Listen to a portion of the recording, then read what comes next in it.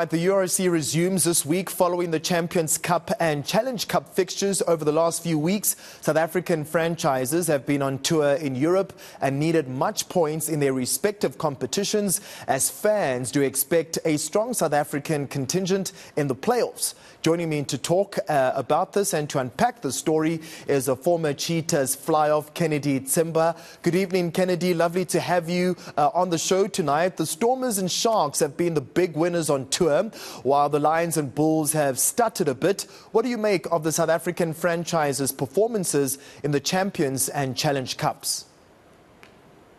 Thank you, Arthur, and good evening to all your viewers. It's been a really interesting couple of weeks, I must say, because the traveling amongst a lot of the discussions, because there's a lot of mileage being given by the South African teams, but some of them are really performing overseas, and that's a good sign. But it has been interesting because for all five of them, for the Challenge Cup, which is more like for your soccer viewers, the Champions League, and that's where all the big teams are all playing, with all the French and the Scottish, Irish, and all the European teams are playing in that competition. So for our teams to all qualify for that, it's really good. You say that, Kennedy, one of the stressing points in Europe was adapting to conditions. Why has this been a struggle for South African teams?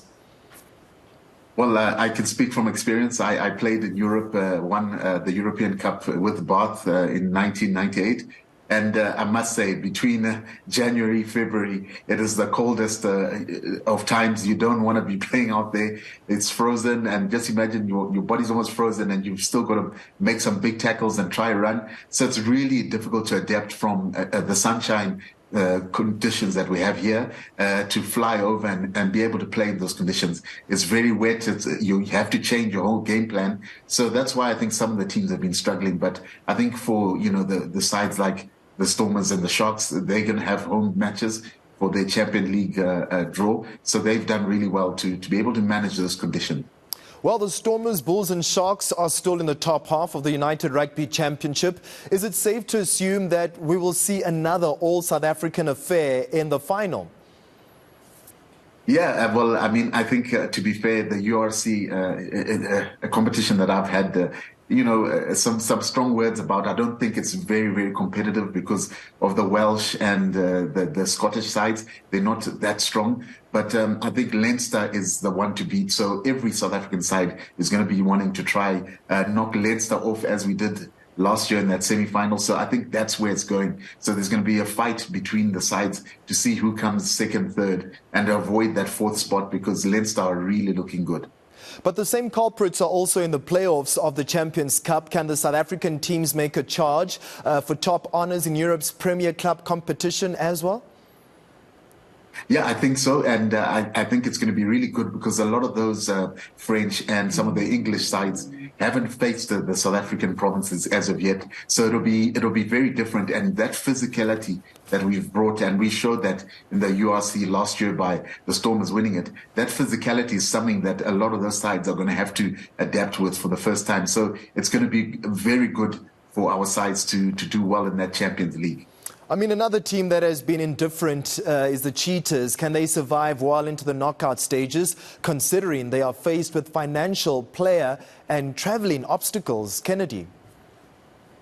Yeah, well, I mean, the Cinderella story. I've got to speak on behalf of my province. I was very, very pleased with their last kick victory that they won, and we knew that they weren't supposed to be playing in this, and it was a last-minute change for them to be included. But wouldn't it be a miracle that they could go through to the quarters and the semis and ultimately maybe win that Challenge Cup? That will be a really excellent story for them. Kennedy, in closing its Rugby World Cup year, some Springboks have picked up injury laybacks from all the five franchises. The likes of Sharks forward Bongi Mbonambi, Salman Murat for the Stormers, and Mani Liebok just recently. In view of the Rugby World Cup France 2023, does this change coach Jacques Nienaber's selection plans, if I could call it that? Yeah, I think the only way it's going to change, their ways of thinking is that they really need to look at whoever's going to be backing up some of those positions. Fly-off is a position that we've generally struggled when one or two injuries come about, and we saw it last year in the championship leg of the tour. And I think just it's a chance for other players, young players, to be able to put up their hands. So I think Jacques Nienaber might be smiling, and obviously not smiling too much about the injuries, but it gives some of those players a bit of rest time, because they really are playing a lot of rugby, because they're playing almost a yearly seasonal, because we're playing a Southern Hemisphere rugby and Northern, which means our players have to play the whole year around. So maybe a break is not the baddest thing. All right, Kennedy, just one more question. Which player has stood out for you throughout the season so far that you think deserves to be a part of the Springbok group going to France in 2023? Yeah, I would like to say Fassi, Sharks fullback. He has been injured, but he really has come back and shown some great form. And I'm almost a coach that likes to reward players that have had great sustainability and good form, regardless of injuries. He has been performing for the past 3 or 4 years. We can look at his track record, and I think he does deserve a chance to be able to go to that World Cup. Kennedy Tsimba, thank you very much for your time. That's former Cheetahs rugby player on the next round of the URC, and of course how they've been competing in the Champions and Challengers Cup. All right, Sally.